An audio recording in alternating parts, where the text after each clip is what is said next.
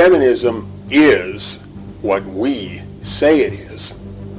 And we say that feminism is the problem. Putting the conversation where it needs to be, this is the Vanguard Report.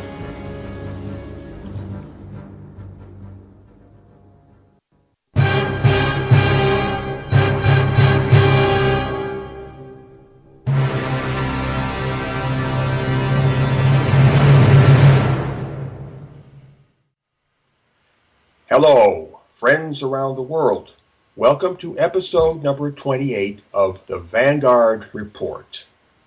Here on the Vanguard Report, it is our business to dismantle feminism and to encourage anybody out there to set up shop doing the very same thing. And how do we dismantle feminism? We expose feminism's lies. We reveal the persistent behavior of feminism's participants. We show the damage which feminism has inflicted on the world. That is how we dismantle feminism. Remember, feminism is a moral collective and is held accountable by us as a moral collective. Non-feminism, on the other hand, is merely the world exclusive of feminism. It is morally and intellectually diverse. It is not an ideology, not a body of theory. It is not a political grouping, and its various parts are no wise answerable to one another. That's the non-feminist sector. Furthermore, non-feminist men and women are 80% of the population, by the best estimates I've heard. And how can 80% of the population be collectively guilty of anything? So, I am Fiedelbogen, your host for this episode of the Vanguard Report, and with me is my fellow host, Nick Redding, a true son of the Alberta Prairie. Nick, say hello to all of the people. Hey everybody, I'm Nick Redding with Men's Rights Edmonton. I would like to thank all the people who offered used computers to me in my last video that I made with Karen Strong, but I ended up receiving enough monetary donations to go out and buy my own. And normally, this would be a good thing. It is a good thing. I got a new computer, but the technical difficulties that come with, Windows 8 and this new Skype have made it so that rather than using my new computer, I am talking to all you kind people on my phone. Well, Nick, I know you're a Luddite at heart, and let me tell you a little secret. So am I. We're both Luddites, Nick. We're both Luddites. Okay? Anyhow, hey everybody. I am Fiedelbogen. I have become very, very, very active on Twitter in the last 4 or 5 weeks or so. And I have just at last check reached the 915 follower mark, and that's a hint. Anybody wants to follow me on Twitter, that's at Fiedelbogen. And if you don't know how to spell Fiedelbogen, okay, that's Fidelbogen.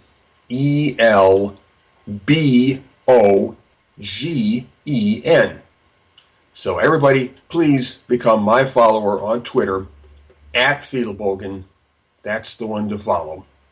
And I'm looking forward to cracking the 1,000 barrier here. I expect that to happen before too long. All right, on to the first topic of the evening. There is a trend, which I have been noticing recently, something that seems to be developing in the wake of Gamergate. Suddenly, our world has gotten bigger, dramatically bigger. An army of reinforcements has arrived on the field, and the nature of the battle has changed dramatically overnight. The Gamergate uprising is not officially part of any counter-feminist insurgency, much less part of any so-called men's rights movement, yet there is no getting away from a certain intersectionality, let's say. The other side, the feminist side, is keenly aware of all this. It's true that Gamergate is fighting the incursion of social justice warriors into the computer gaming culture, but we all know perfectly well that this incursion was spearheaded some time ago by a feminist named Anita Sarkeesian. We all know this, don't we? Likewise, we know that the Gamergate trigger events were A, the Zoe Quinn affair, and B, the cultural war of aggression against the gaming community by the social justice media. Recall all of those slanderous attack articles that they wrote? Just boom, boom, boom, boom, just like that. We also know that the feminists and the social justice warriors are on a continuum with each other and not easily distinguishable. They are both extensions of the authoritarian left, and where one goes, the other is sure to follow. So whether anybody wants to admit it or not, the Gamergate people and people like us are fighting on the same side against a common enemy. Maybe we just don't quite define that enemy in quite the same terms, at least not yet. I know that in the past several weeks, I've started talking about social justice warriors almost as venomously as I talk about feminism, and I think that is a signature development. Now, the Gamergate people do avoid talking about feminism as an adversary, at least officially. That's understandable, given that a number of them claim to have feminist leanings. Nevertheless, I have been tweeting to Gamergate-related hashtags quite a bit, and probably a third of my Twitter followers are gamers. And yes, when I talk to Gamergate people, I do tend to avoid the subject of feminism, and I do limit my talk to points of common focus. I am here to be their ally, not to co-opt their cause. But let's not be coy about this. Even if we and the Gamergaters don't see eye to eye about everything, we are standing shoulder to shoulder all the same. Whether we discuss it or not, feminism is thoroughly implicated in the powers that we are struggling against. And so we cannot doubt the magnetic chain of affinity that links us. The same corrupt power structure that makes war upon them has been making war upon non-feminist people in general for years, and that is a fact worth noting. That is why I say that our world has gotten bigger. People like us, almost overnight, have merged into a far more extended demographic pool. And in the process of so doing, our identity is changing. The word MRA has long been used as a catch-all for a motley collection of people. Pretty much anybody who complains about women, laments the condition of men, speaks harshly of feminism, or any combination of these. For feminism in particular, this word has been a device to contain any threat to the feminist power structure, mainly because it conflates misogyny with principled critique of feminism in order to put a stigma on the latter. However, with the growth of our political ally pool to encompass not only greater numbers, but a greater variety of groups, the catch bucket conflation trick has gotten more difficult for the feminists. More and more, the feminists feel driven to empty the bucket onto the table in order to spread out the contents and study them in detail. As much as they hate to do so, they are finally admitting that not all non-feminist people are alike. Well, considering that we are 80% of the population, that surely sounds about right now, doesn't it? Before I finish this talk, I should note that anti-feminist seems to be emerging as a distinct political identity in its own right, separate from MRA or MGTOW or men's rights or any of those trusty old classics. Even many feminists are now speaking of anti-feminism as a separate strand, a thing unto itself. As I said, they are studying us closely now and learning that we are not monolithic. And why are they doing this? Is it because they have suddenly turned liberal and broad-minded? Not on your life. It's because the conflict has entered a new phase, and a more sophisticated understanding of the world is imperative for them if they wish to stay on top of the game and not get plowed under. And on that note, I'd like to share something with you, an inspiring YouTube video put up by some of the Not Your Shield people. I think it really says a lot, and I think you'll enjoy watching it. And this would be cue number 2. I'm sorry. This would be cue number 1. Should be popping up in your chat window right about now. Go and watch this. This is kryptonite to the social justice warriors. When they watch this, they develop instant amnesia. They never saw it. Anyhow, Nick, I know you were preparing some kind of a talk for this episode, and I don't know if you are ready to present that or not, but if you are, this is it. Well, I am. The theme for this episode is about, it's about the word equality, right? How it's kind of so nebulous that it has no meaning, right? If I've got that right. You've got that right, Nick. This was something that I took notice of before I started listening to you. I mean, I was already asking, what the hell is equality? And I remember listening to one of your canonical videos on your YouTube channel where you stated quite succinctly that equality outside the realm of mathematics has no fixed meaning.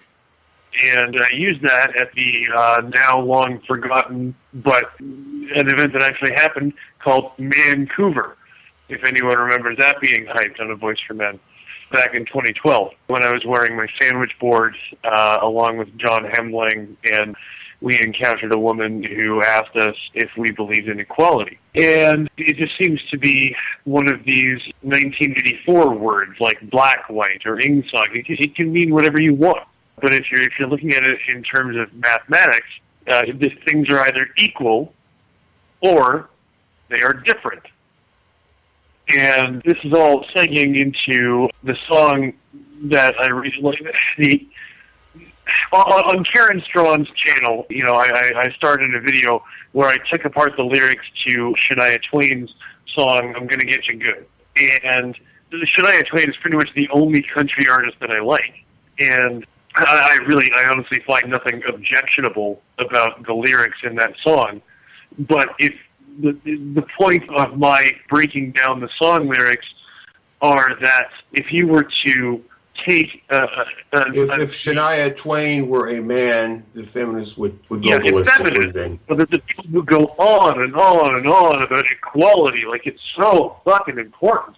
If they were to analyze Shania Twain's song with an equal measure that they analyzed Robin Thicke's song "Blurred Lines," they would find something far more reprehensible. Like what they had to do with Robin Thicke's song was they had to go in there and they had to use their fucking wizard's alchemy to take one line. I know you want it.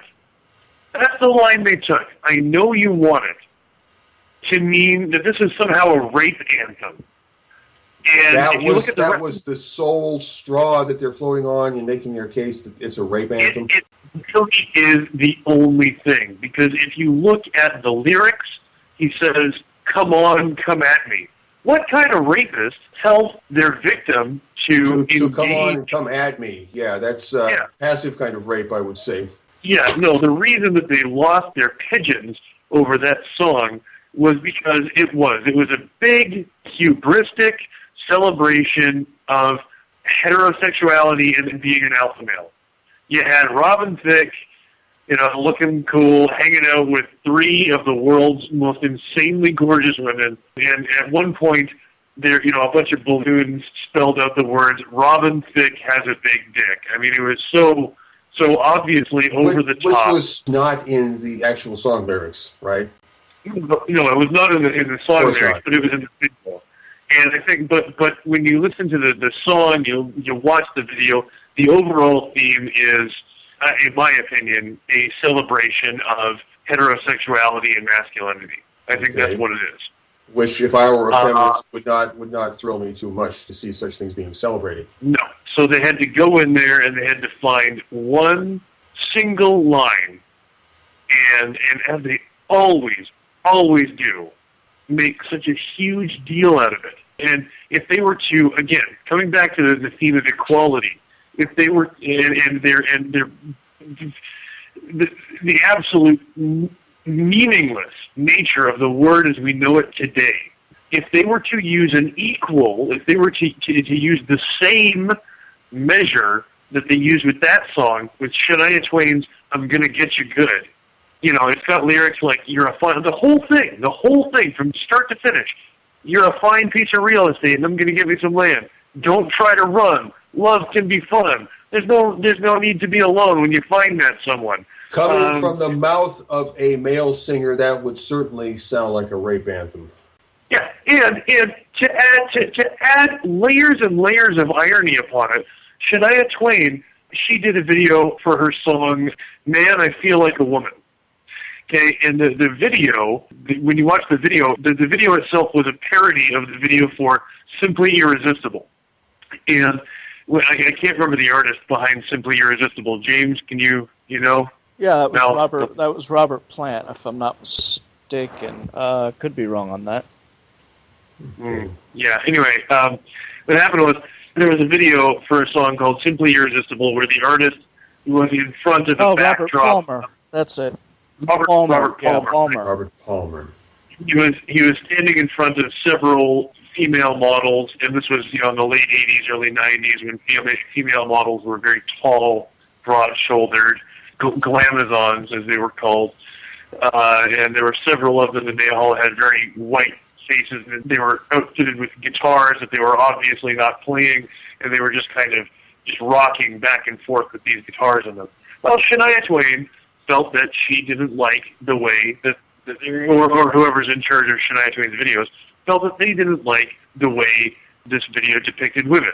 Background, objects, all the same, just sort of props. And so to express their disaffection with this, what Shania Twain did was she set herself up with a bunch of male models in the background, dressed very similarly to the models from Simply Irresistible.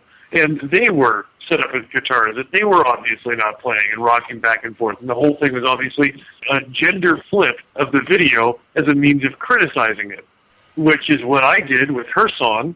It's not what I did with her song. I didn't flip anything. The only flip was that I was reading it in the social context of all this criticism for blurred lines. And lost the point I was trying to make.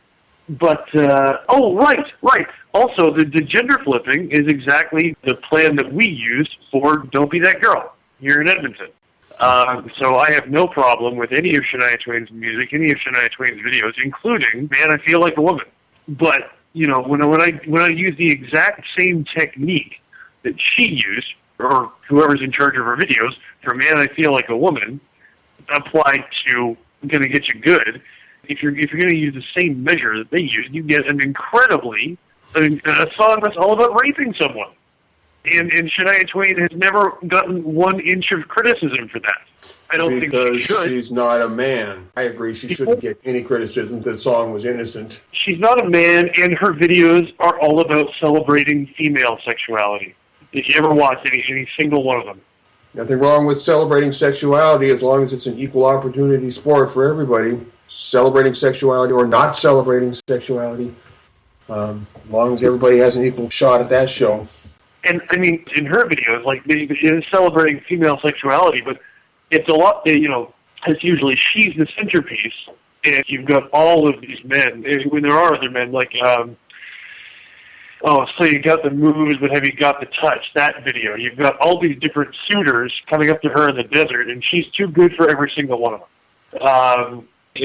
Man, I Feel Like a Woman. You've got all these male decorations in the background. It's all very reminiscent of the Material Girl video by Madonna, again, late 80s, early 90s, where she's got all these male butlers fulfilling her every wish, and she's sitting there talking about how opulent her life is and how all these guys are there to serve her, and she's very materialistic, and she's very unapologetic about all that. And feminists didn't say one thing about any of that. No, she's an icon for feminists. No, not true. Madonna has come out on record and said, I am not a feminist, I am a humanist. More recently she's done that, but back in the day... Yeah. But, I mean, ultimately, everything that we're doing is drawing attention to the blatant double standards in all of these things.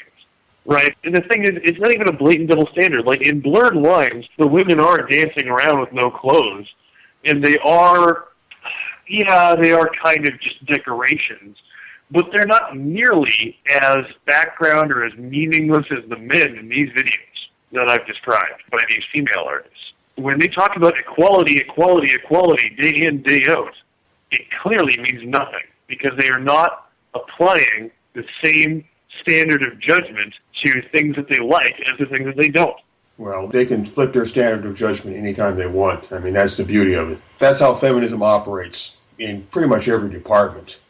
Anyway, I think it's time to go to the music break. James, go ahead and roll that.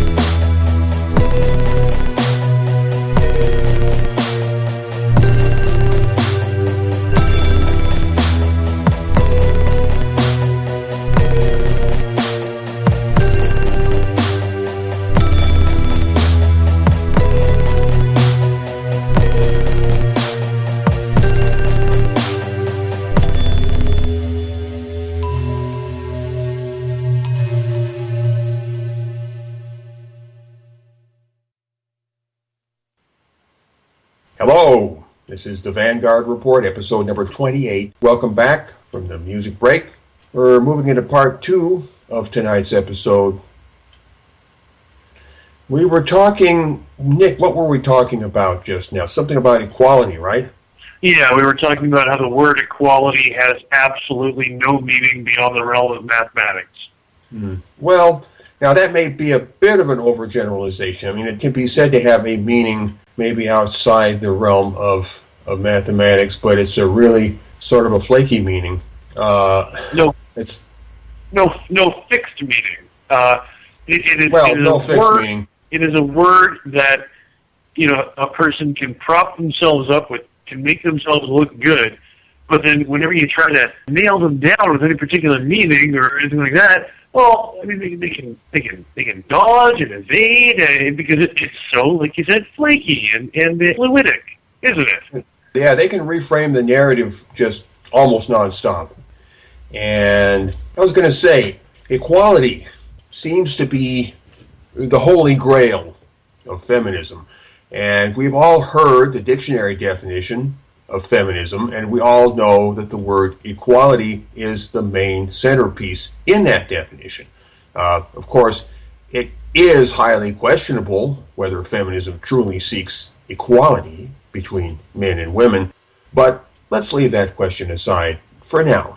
The term equality is most at home in the realm of mathematics, and we could make the case that it's away from home anywhere else. Math, you see, is pure abstraction, because numbers are pure abstraction. A number is no more than a conceptual quantifier. It may keep tabs on things in the real world, but of itself, a number has no assignable quality apart from abstractness. Numbers are not hot or cold, dry or wet, happy or sad, red or green, male or female, communist or capitalist. A number has no dimension and references nothing inherently. As long as you stick to pure math or something that can be mathematically operationalized, equality is a workable concept. Otherwise, it is an essentially contested concept. The reason is, when you apply this concept to human situations in the world of lived reality, it turns into a hopeless muddle. And yet, that does not stop legions of muddle-headed people from applying the concept of equality to human situations in the world of lived reality. They do this all of the time. Right, Nick? Oh, yeah. They do. They do. It's getting old, really old. The non-mathematical world is a world in flux, a metamorphosing world. It is a dynamic world, to say the least. Never sits still for long. In such a world, equality becomes a very tricky and complicated idea. So what does equality mean as a core minimum? Well, at a core minimum, any way you cut it, equality signifies sameness or identity. Numerical quantities on opposite sides of an equation are always the same. There's sameness. They are always identical. Otherwise, the math is wrong. And there's no doubt about it. Either the math is right or the math is wrong. Either the numbers balance with each other or they don't. Because numbers are very abstract and very simple. Now, this core idea of sameness carries over into the real world, but soon goes completely south. You see, the only way to achieve equality in the human world, or even the physical universe at large, is to create absolute sameness of all things everywhere. That is what pure equality would equate to.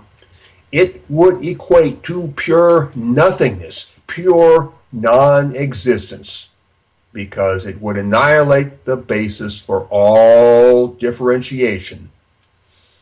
And if you want my philosophical definition of the term existence, I would say existence is the mode of being that consists in interaction with other things.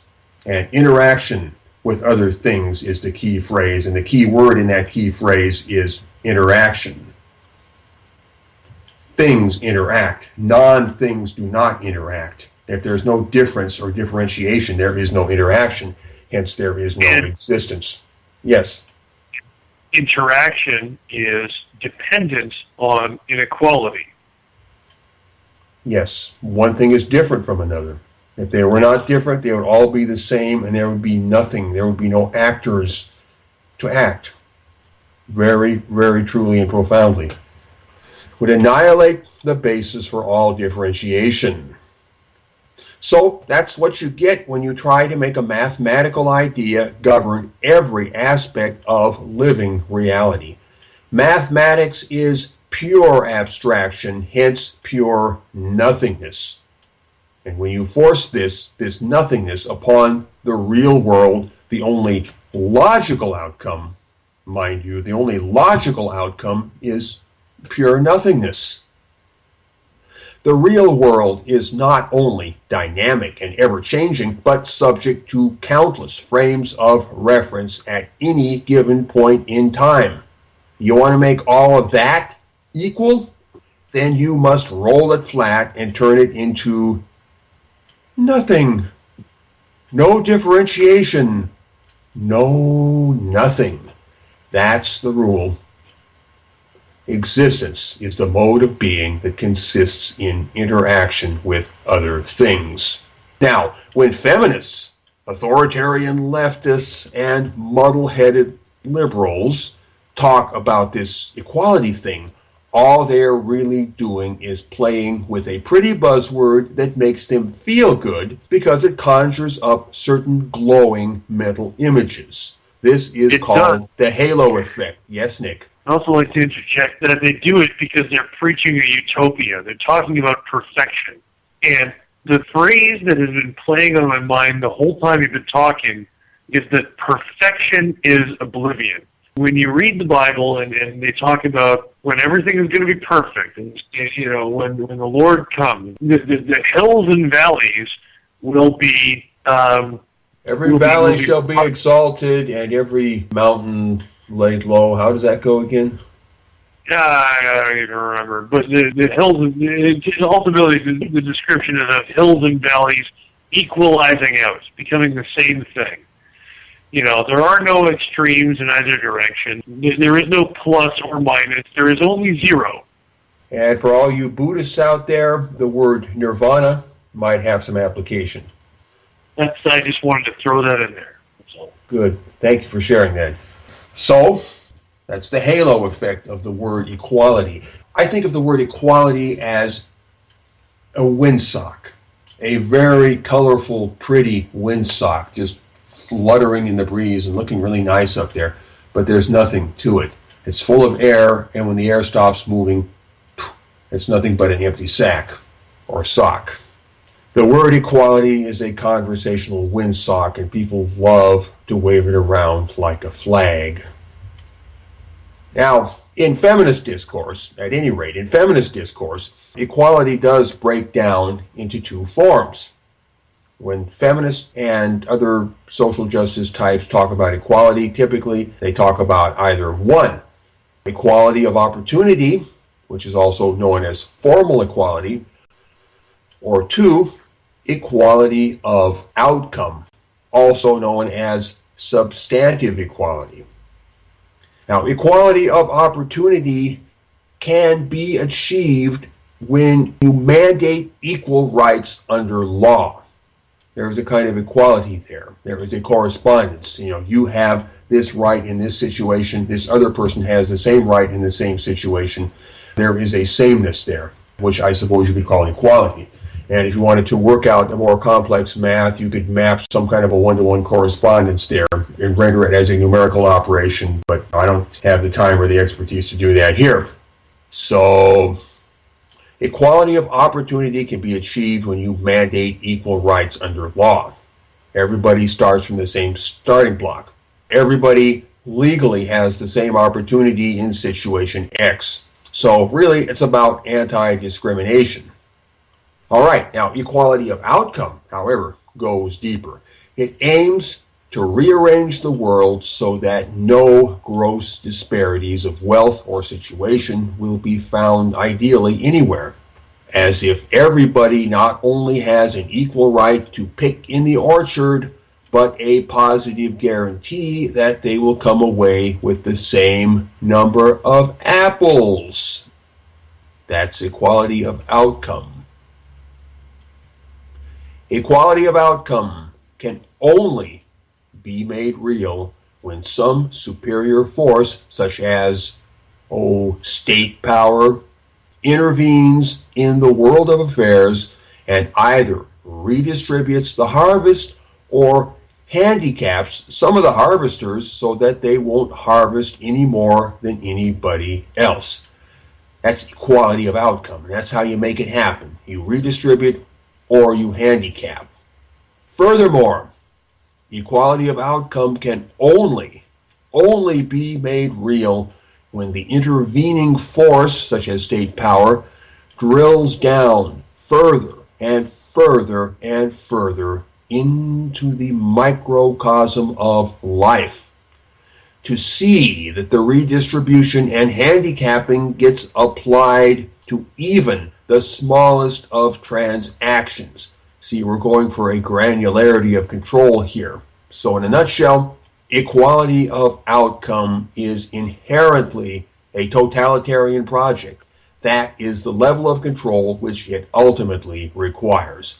Total control, as in totalitarian. And in the end, it generates the biggest inequality of all. The enforcers of equality will have all the power, but everybody else will have little or none. So in the end, in the real world, there is no quote-unquote equality. There is only reconfigured inequality. That is where all efforts to create, quote, equality in the real world will take us. So if you want to worship equality, take my advice and be a mathematician. And instead of aiming for a more equal world, why don't we just aim for a more just and humane world? And then after we do that, spell out what the hell we're talking about and what we plan to do. And then we can take it from there. I'm getting really tired of hearing all this flapdoodle about equality. I don't oppose equality. I don't hate equality. I don't feel anything about it because the only appropriate response to nothing is nothing. Nick, you want to add anything? Yeah. Back when the dopey that again, I keep on referring back to the glory days of 2013. But back when the Don't Be That Girl posters were huge, and we were about to listening to talk by Dr. Jamie Brown on problems in the education system, there was a Facebook group set up talking about crashing an MRA event in Edmonton. And I was talking to the feminists on there, and they came at me with some charge, do you believe in equality, or like something about equality. I can't reference it now because it's been deleted, as so frequently happens with feminist material because they are so ashamed of it and can't admit it, but that's the topic for another show. But someone came at me with something about equality, and I said that I don't believe in equality. And immediately it became, he's against equality. You all heard him. You know? And I go, no, I don't believe in equality the way I don't believe in the Easter Bunny. In my opinion, it is a meaningless word.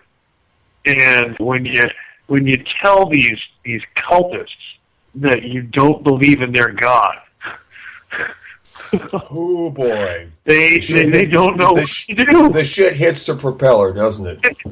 They don't know what to do. I pity them, sort of. I don't just sort of pity them. I really do. But this battle isn't going to be won by talking about their character or their person. It is going to be won by sticking to ideas It is going to be won by sticking to arguments rather than discussing the people making them. It's not to say that the people making them and the people making their arguments and the people making our arguments are not important in the grand scheme, but if you go after their person, you are committing ad hominem, which is their turf. That is their home ground. In the context of argument, yes. If you try to win the argument, the war of ideas by attacking the other person, as a personality, that's out of bounds.